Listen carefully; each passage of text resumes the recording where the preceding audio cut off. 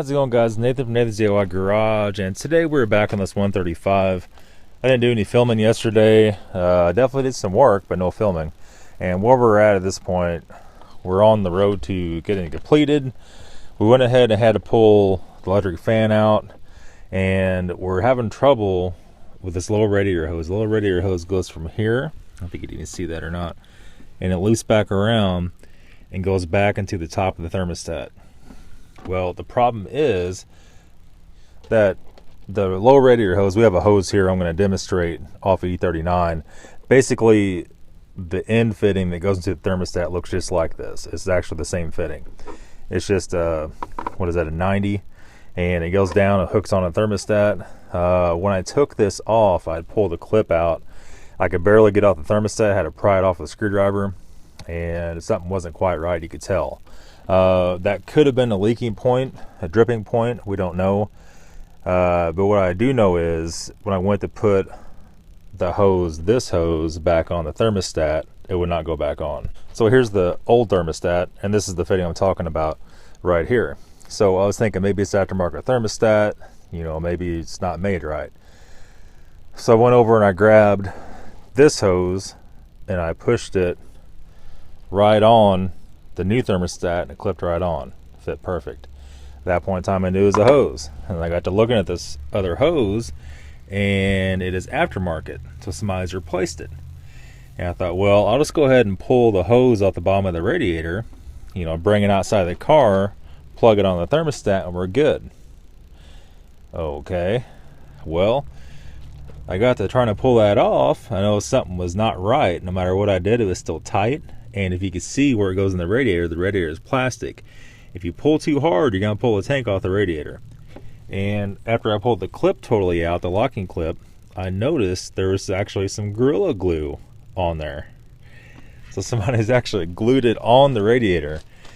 Probably what's happened when they replaced the hose, it fit really loose, like a lot of the aftermarket stuff does, and they glued it on. Most of the time, you could actually replace the oil ring in it and it'll fix it. A lot of times the oil rings are made too skinny on the aftermarket stuff and it won't snap in. That's pretty common.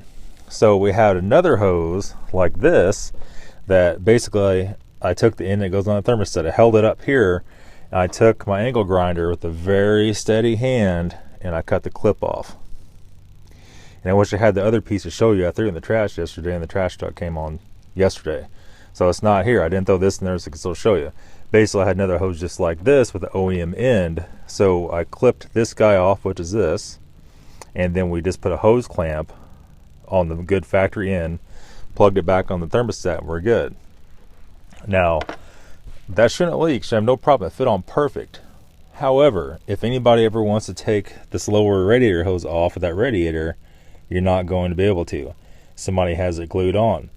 Probably the same guy that did this and Gorilla glued the fan back together because he broke it, because it's the same glue. So that's what's going on with this. So yesterday, before I had to leave, we finally got the thermostat all put back in. We got the small snap-on deal in. It was a tight fit. I put a little bit of engine pre-lube on it and got it up in there. And to get it to snap in, actually I take a pair of pliers and come in here and pinch on the little guy to make it click. And one more other thing too, you guys, a lot of you guys saying you can't put the clips in. Let me grab a screwdriver and I'll show you. So a lot of guys say you can't put the hose on when the clip's in, that it has to be up to push it on. That's not true. That's not how you do it. And what's going to happen if you have the clamp up and you push it on, then you push it in, it's not going to be lashed. 9 times out of 10 you do that, you can pull it back off. What you want to do, you want to have the bail down so when you push it on, you can actually feel and hear it click on. That means that this little wire, you can see it here, actually clipped down. Camera, what are you doing? Not focusing, there you go. It actually clipped down and latch into the first notch right here. If you don't do that, you can start it up, it'll run fine. What's going to happen is you get on the highway, and it's actually going to get this thing the hell out of here. It's actually going to blow the whole line off. And you see it a lot, especially E46s, E39s that come in, where it goes on each side of the thermostat, and a lot of times you can see it. You can look down here and you can see that it's actually not clipped all the way in, even though this one is. And that's exactly what will happen. It'll start dripping, or if you're really unlucky, it'll blow completely off on the highway, and then if you're not looking at the gauge, new engine time. So like I was just saying, a lot of you guys say you can't put the clips in. You have to leave them up when you push the hose on. Okay, that doesn't work. And what's going to happen is if you do that, you can't hear it click. So you're going to push it on like this, and then you're going to go ahead, after it's on, push the thing down. That's not the way it's designed. It's designed to go down like this, and then you go down.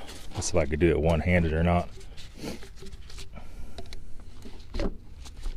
And then barely do it one-handed.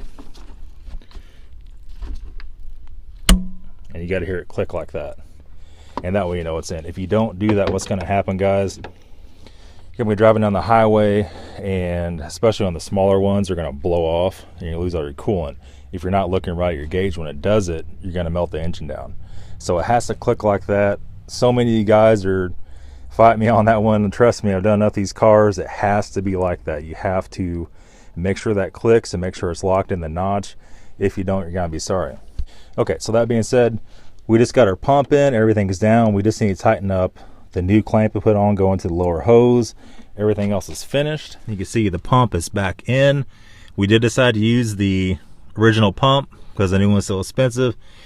These other hoses are all done. Everything is a super tight fit. All the bolts are back in. All the bolts are back in, holding to the block, the one on the top, and then the two holding that to the thermostat. Camera, what is your problem? There we go. And you can see up here, there's a hose clamp we need to tighten up, and then we're done. But what we're gonna do here, before we put all this, man, I tell you what, this thing, guys, I'm about ready to buy a new camera.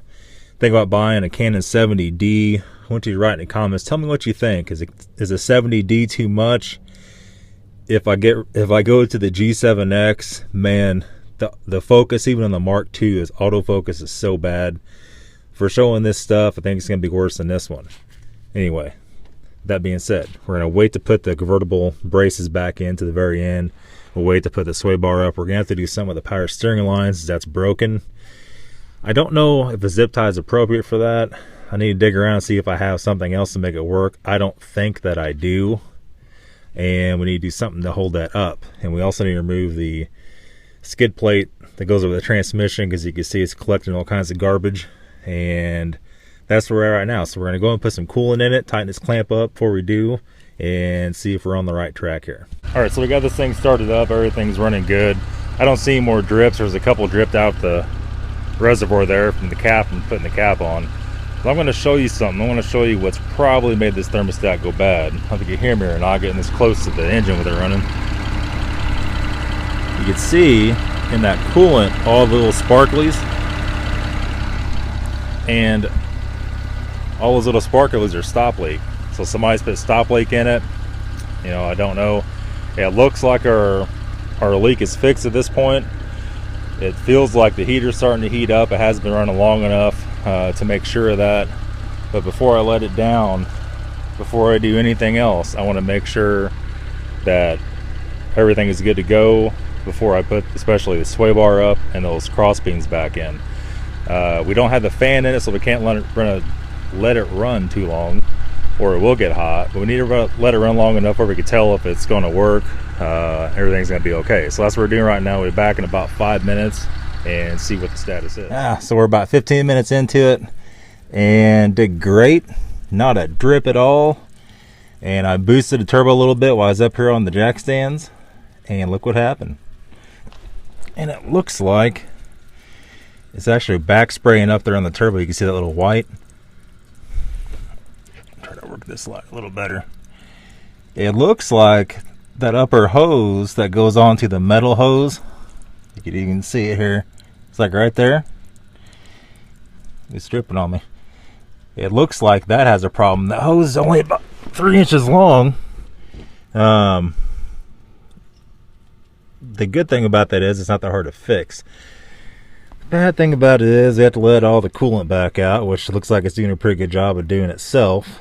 I should have a piece of hose here that does have a clamp like this guy here has. It's like a factory pre-crimped clamp. Probably has a little pinhole or something right there, but it's got worse all of a sudden. It's been running for quite a while and not even one drip, and just all at once. So whatever little pinhole it was probably just opened up, more than likely. I can see everything else. I don't think anything else I just did. I think it's on the back side of that hose I put on the back of the water pump. So we're pretty much got to let it cool off and wait and see. Well, I mean, the worst part about this is I got these people's cars sitting here for over a week. I know a lot of shops have stuff for weeks or way longer, but man, I just absolutely hate that. I like to get this thing finished and out of here, but it has to be tested thoroughly. We can't just patch it and send it out the door. Now, it should have had all new hoses. That's a huge amount of money. It does look like the water pump's fine now that I can see it dripping a little better. I can tell it's not dripping out of the seam of the water pump. So I think we're gonna have to do here, we'll go and call the owner up. He watches the video, so he'll see it and know what I'm talking about. But everything else needs to be okay. The heater never did get hot. Hasn't only been running that long. It was just barely warm all the way on 84. But you know, I don't know. We're going to have to get this coolant thing figured out so I could actually go and drive the car first and then go after the heater not working problem. There's many other options that could be wrong with that. Other than that, I mean, hell, it's like it runs fine. There's no more oil leaks. I mean, nothing's dripping at all on the cardboard I had underneath of it as far as oil goes. So I don't know. That's just kind of part of the deal. For this video, I mainly want to show you guys the problem I had with the push lock hose fitting for the radiator hose and how to cure up that.